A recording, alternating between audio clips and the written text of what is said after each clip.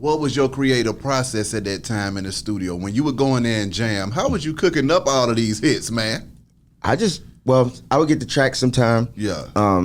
I go sit around the house and write. And so here's one song that I had the track for about 3 months. Ooh. And I was supposed to write it. I'm like, yeah, I'll do it because I couldn't think of nothing. Mm-hmm. So now it's time to fly to California to do the record. Mm-hmm. So I was like, I got this. I'm going to do it on the plane. Got on the plane, I was like, I still can't think of shit. Yeah. Get to the studio.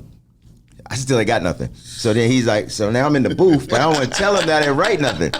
So I'm sitting there, I'm like, damn. I was like, he's like, you ready? I was like, let me hit it. I did the backgrounds. Yeah. And then I'm like, just let me hear it a few times so I could get a feel for it. And I wrote this shit right there and then sang it.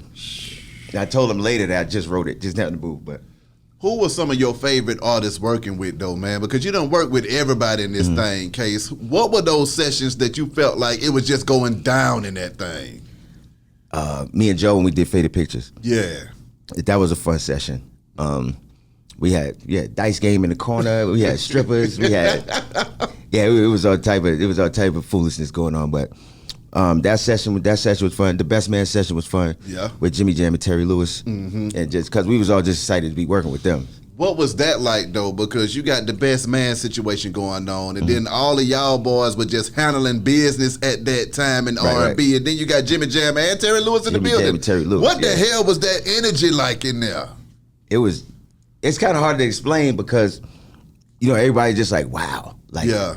And you go in their studio, it's like maybe a 30-foot hallway, but from the floor to the ceiling, it's just plaques, every inch of it. And there was you had camera phones then or else out of it, but you can't even read them all because there's too many of them. But you start seeing stuff that they did, stuff that I didn't even know that they did. Damn. And I'm like, oh shit, they did that. And now that I saw the plaque, now I'm like, it does sound like they did it. Yeah. But it'd just be some just crazy stuff, and I'm like, dang, and we in here working with them. And then afterwards, they said they wanted to work with me. And so they did 2 songs for my album that was coming out. So I'm like, it was just crazy. What is that like, though, in the studio and all of y'all in there collabing and vibing? I mean, what was that chemistry like? Was there anybody in there that you was like, all right, you about to fuck it up for everybody, or was folks in there really putting the smack down in the studio? Yeah, that's what you got to do with stuff like that, and that's what we did. Like everybody, it's like a healthy competition. Yeah.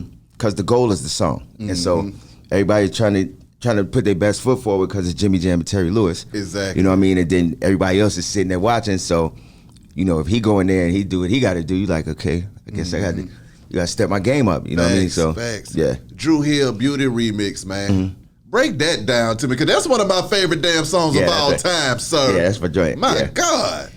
We just the song was done, and then me and Nokia were good friends. I spoke to him a little while ago, matter of fact. Yes, sir. And he was just saying, he was like, yo, I got a joint I want you to get on. So he played it for me, and I'm like, yeah, shit's dope. So then we went in. I think we did 2 songs that night, matter of fact, because me and him wrote a lot of stuff together. Yeah. And it was during one of our writing sessions, and he was like, just tomorrow we'll do this beauty remix. So he said he want to do a remix for it. So. What was that like, having another hit with the fellas again? And it's like, okay, I'm going from hit to hit around this thing, and I can't be stopped. That's the goal. That's the goal. That's the goal. Come on, and then break that down to me, though. What is that feeling for you? Is it a situation to where you trying to maintain your humility throughout it all? Is it a situation that you understand what the plan is and you just going with the punches? Was you feeling overwhelmed at all during any of that time? Nah, I never had a problem with humility because I used to be homeless. Oh, so shit. I know what that's like. So Exactly. I've never been that type of person. Yeah. I might talk shit sometimes. Yeah. But, but it was never really overwhelming. It's just sometimes, like, stuff like that hits me in phases. That's how I react to stuff anyway. So I could be cool, just sit there and be like, oh shit, and then it's back to. It was just crazy for me though.